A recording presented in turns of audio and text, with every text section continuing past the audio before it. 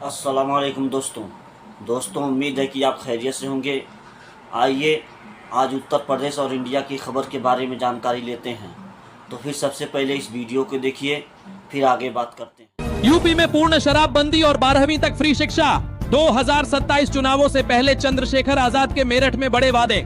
नगीना सांसद और आजाद समाज पार्टी के अध्यक्ष चंद्रशेखर आजाद ने मेरठ में सत्ता परिवर्तन पद यात्रा के दौरान 2027 विधानसभा चुनावों के लिए बड़े वादे किए हैं। उन्होंने कहा कि उनकी सरकार बनते ही प्रदेश में शराबबंदी होगी और ठेकों की जगह डिजिटल लाइब्रेरी खुलेंगी। इसके अलावा 12वीं तक फ्री शिक्षा, 750 रुपए न्यूनतम मजदूरी और MSP की गारंटी के वादे दोहराए। डिंपल यादव ने शंकराचार्य के सामने माथा टेका, माफी मांगी। बोली, सपा अध्यक्ष आपके साथ हैं और रहेंगे, अपमान का बदला प्रकृति लेगी। बद्रीनाथ स्थित ज्योतिष पीठ के शंकराचार्य स्वामी अविमुक्तेश्वरानंद अपनी गौ रक्षा यात्रा लेकर शुक्रवार को मैनपुरी पहुंचे।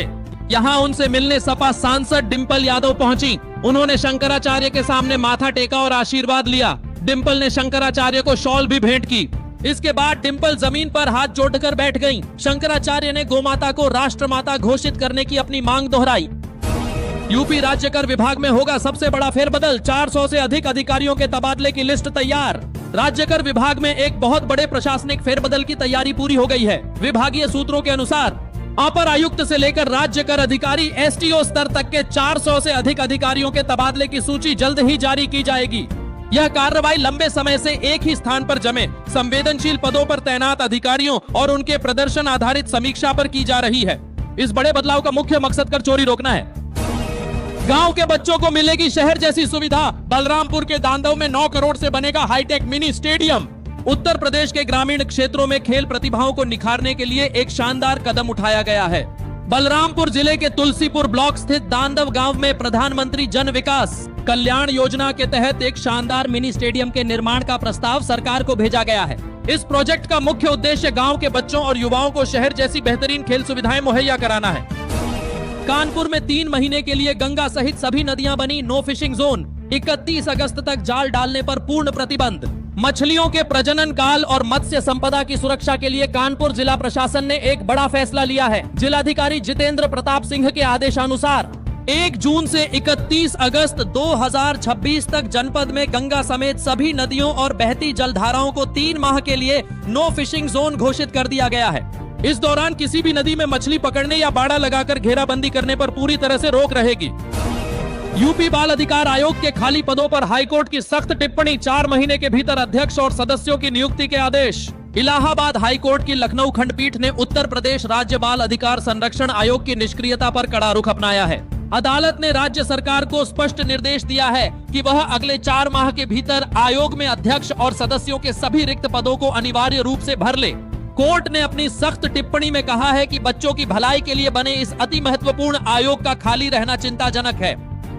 अपराधियों के हाथ में है बुलडोजर की चाबी। प्रतापगढ़ की घटना पर अखिलेश यादव ने योगी सरकार को घेरा। अखिलेश यादव ने उत्तर प्रदेश की भाजपा सरकार पर तीखा हमला बोला है। प्रदेश में लगातार हो रही घटनाओं को लेकर उन्होंने सरकार पर जातिवाद और चरम भ्रष्टाचार को बढ़ावा देने का गंभीर आरोप लगाया है। हाल ही की प्रतापगढ़ की घटना को बेहद शर्मनाक करार देते हुए अखिलेश यादव ने कानून व्यवस्था पर सीधा सवाल उठाया और तंज कसते हुए कहा कि अब मुख्यमंत्री के बुलडोजर की चाबी पूरी तरह से अपराधियों के हाथ में आ गई है। उत्तर प्रदेश पुलिस महकमे में बड़ा फेरबदल। एक साथ 6 IPS अफसरों के ट्रांसफर, बदले गए DIG और IG के रेंज। उत्तर प्रदेश के पुलिस महकमे में शुक्रवार को शासन स्तर से एक बड़ा और महत्वपूर्ण फेरबदल किया गया है।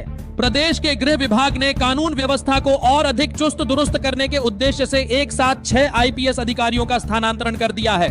इस ताजा तबादला सूची के तहत पुलिस व्यवस्थापन में बड़ा बदलाव करते हुए कई रेंजों के पुलिस उप महानिरीक्षक, DIG और पुलिस महानिरीक्षक बदल दिए गए हैं। खाने में मिलावट का खेल होगा खत्म। यूपी के 18 मंडलों में बनेंगी लैब। CM योगी जल्द बांटेंगे 417 फूड एनालिस्ट्स को नियुक्ति पत्र।